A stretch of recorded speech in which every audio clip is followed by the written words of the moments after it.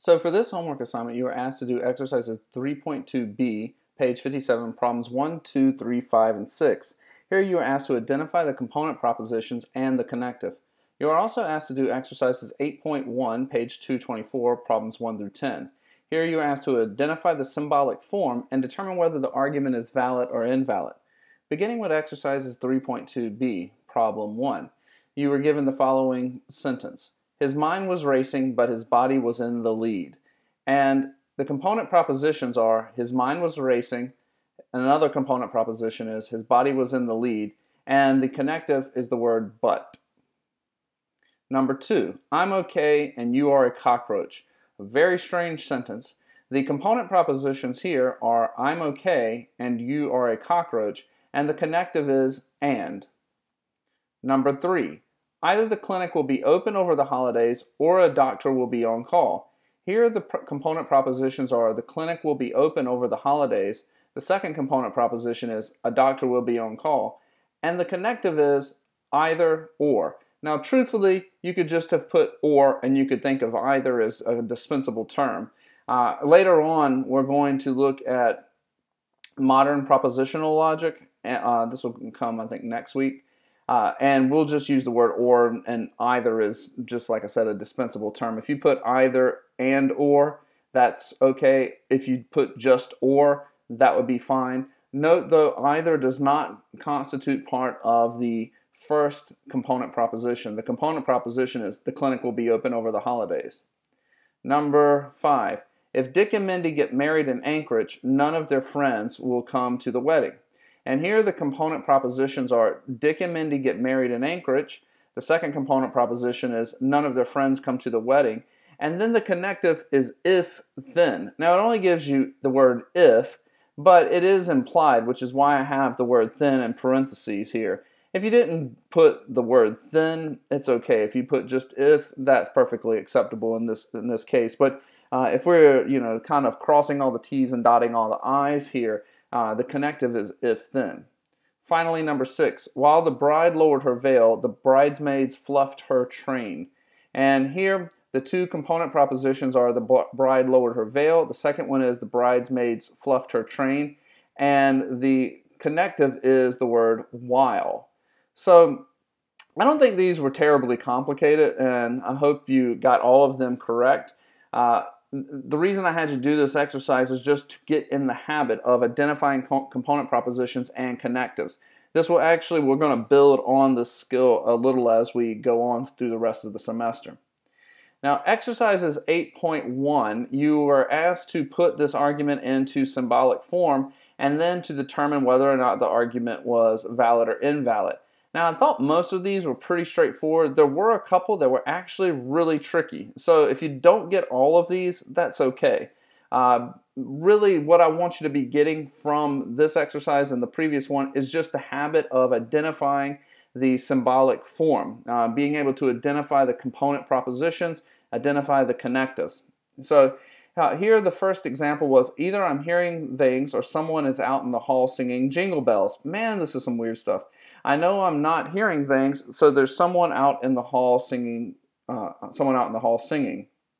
So the component propositions, or the symbolic form, I should say, is simply P or Q, not P, therefore Q.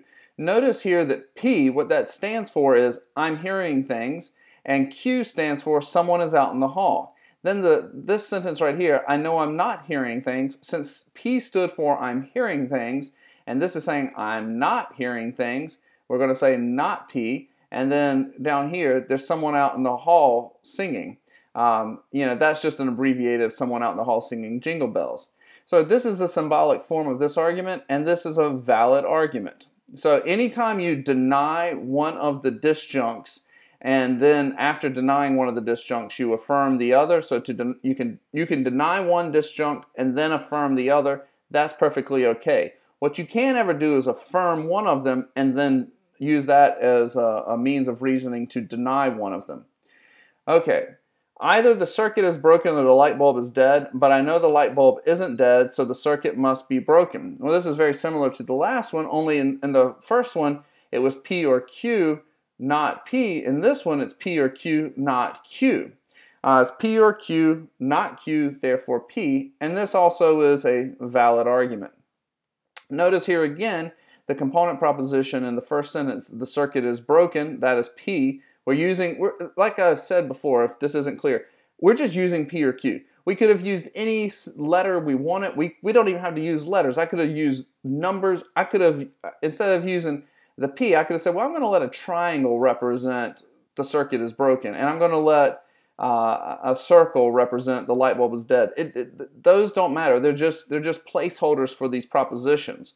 So P or Q, and notice here that Q represents the light bulb is dead, and then but I know the light bulb isn't dead, so if Q represents the light bulb is dead, then not Q is going to represent this sentence, and then so the circuit must be broken, which is P. This is valid. Number 3, I have to get the book here in town or else go into New York City next weekend, but I can't get it here, therefore I will have to get it in New York. And this is P or Q, not P, therefore Q, and this is also valid. We're noticing a trend here, a lot of valid arguments. There are only 2 possible responses to this threat. We send in the troops or we negotiate. Negotiation is out of the question, so we must send in the troops. Here again, P or Q, not Q, therefore P. This is also a valid argument. Number 5. I can't both go to the movie. I can't both go, typo here. I can't both go to the movies with you tonight and study for the exam, and I have to study for the exam, so I can't go. This one I thought was actually one of the more difficult ones for your homework assignment. And I want to point out something here is notice that in the first premise, I can't both go to the movies with you and study, we have the word and appear here. We don't have, which is our usual case, we don't have the word or. So this is actually, even though this is in the section on disjunction, we have a different kind of proposition. And the truth is, if we're doing this, here's how we are going to represent this. It's going to be, the symbolic form is going to be not P and Q. That's what the first sentence is saying. If you look at it, it is not the case that I can go to the movies and I can study for the exam. It's saying not P and Q, and then it goes on to say Q, because Q represents I will study for the exam, and then therefore not P. Now, that's how it's said, and this is why I said this is complicated, because as we're going to learn later on, you can say things using different connectives. Like you can use some connectives and you can combine them in one way, and then you can use different ones and combine them in a different way and say the exact same thing. And you could have said something different here, and this is going to be completely equivalent. You could have written the following: not P or not Q, Q, therefore not P. And what's important to notice here is that this sentence, not P and Q, this is equivalent, that's my equal sign right there, this is equivalent to this sentence right here, this proposition. Those are the same exact, they're logically equivalent. That means if the one on the left-hand side is true, that the one on the right-hand side must also be true, and vice versa. That's what logical equivalence comes to. This is why this is in the section on disjunction, and some of you may even have just thought what you see right here on the right-hand side, this might have been what occurred to you from the beginning, not P or not Q. Now notice, I want to just point this out while we're on the subject. By the way, if you didn't get this one, don't stress because we're going to talk about this at greater length.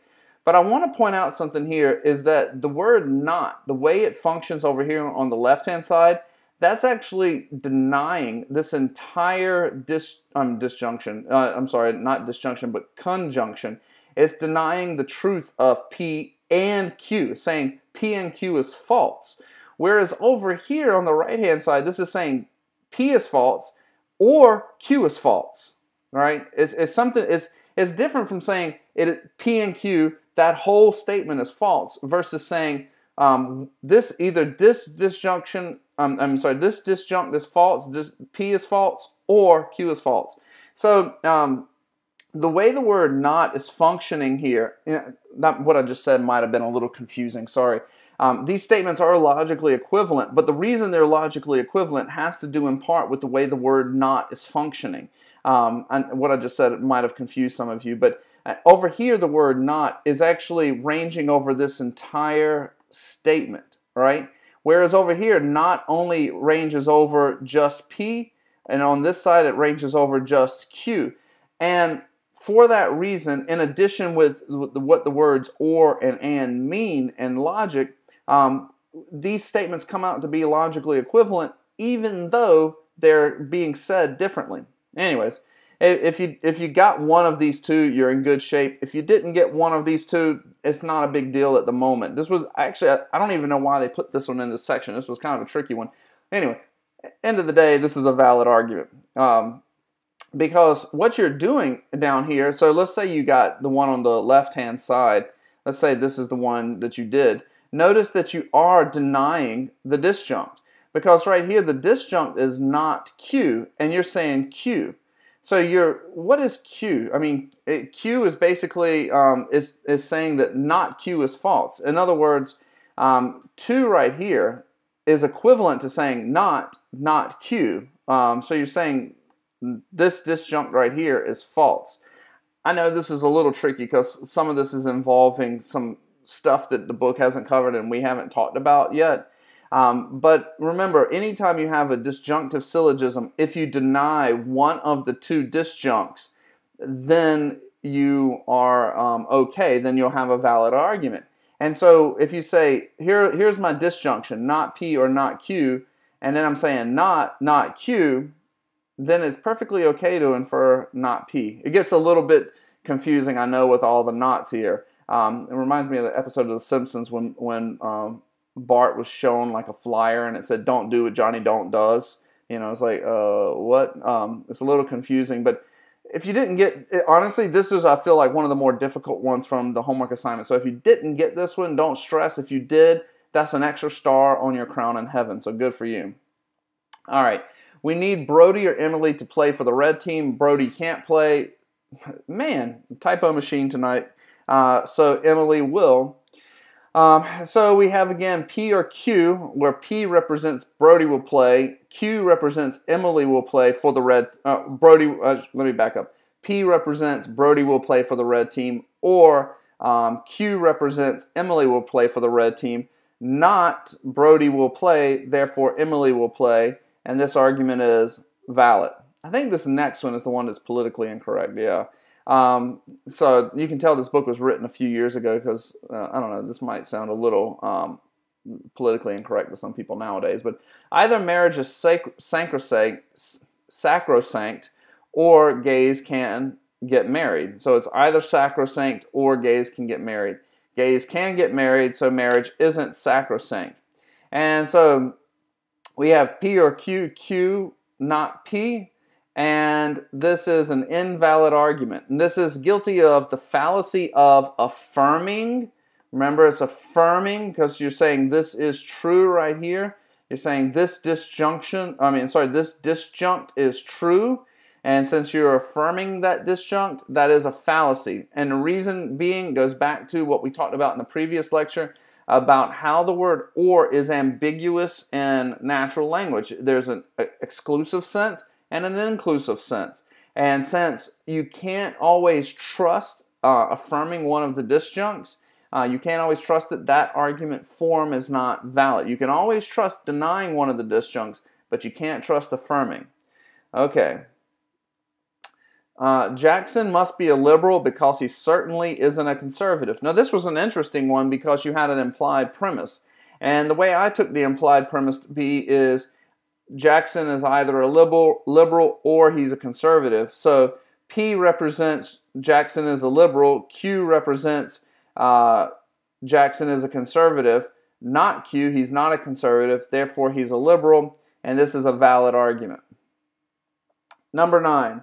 According to the union contract, either we will have to close the plant on Labor Day or we have to pay the workers twice the regular wage. But we have too much work to close the plant, so we have to pay the workers double time. So this one is the same as we've seen thus far, where right here, P represents we have to close the plant on Labor Day.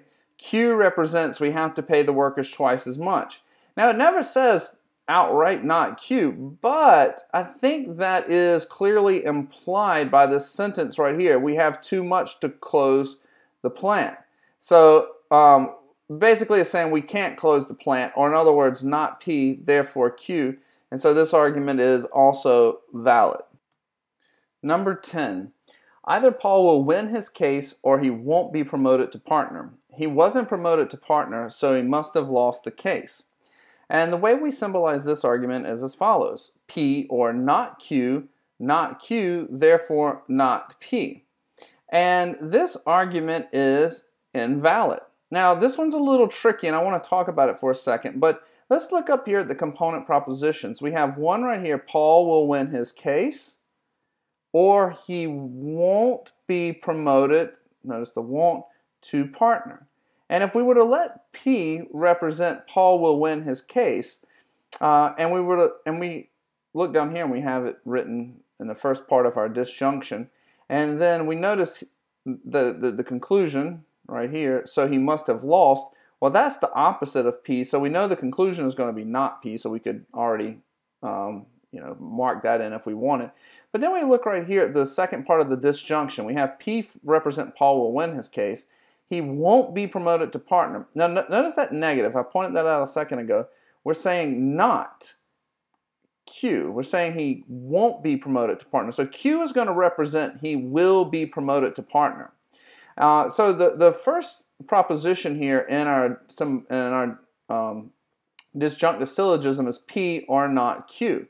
And then we say he wasn't promoted, so not Q, therefore not P. And you might be thinking, wait, I thought you said you could deny one of the disjuncts and then have a valid argument. Well, here you have to think about what the disjuncts are. And the disjunct here is P, that's the first disjunct, and the second one is not Q. And if you write not Q here again, you're actually not denying that disjunct. You're saying this disjunct is true. You're saying not Q is true. To deny the disjunct here would have been to say Q. That would have been to deny that disjunct. But you're not saying that. You're actually saying not Q is true. You're saying it's not. You're saying it's like this. Paul won his case, or he wasn't promoted. I'm just reading this back to you, but he wasn't promoted. I mean, you're saying it is true that he wasn't promoted. You're saying this disjunct is true. So you're not actually denying it. Like I said, to deny it would be to say not, let me write this out here, this is kind of tough, not, man, this is hard to write with your mouse, not Q. That is denying it, because not Q is the actual disjunct. If you said not Q, which of course is just to say Q, that would be a denial of the disjunct, but you're not. You're affirming the disjunct, and like I've said many times, to affirm the disjunct is a fallacious form of reasoning, and so therefore this argument is invalid. Now I know some of these problems were a little trickier than others, and if you didn't get them all, don't stress too much, because we're actually going to be studying this in greater detail as we move forward. Right now I just want you to be able to do a couple of things: identify component propositions, identify the connectives, and then to start to develop a sense of how to put arguments into symbolic forms and propositions into symbolic form and the way that you've been shown. It's also really good if you can already start to develop a sense of arguments that are valid or invalid. We're going to study this, like I said, in greater detail, so if you didn't quite get it, it's okay. We're going to practice that skill at greater length. Like always, though, if you have any questions, please feel free to email me.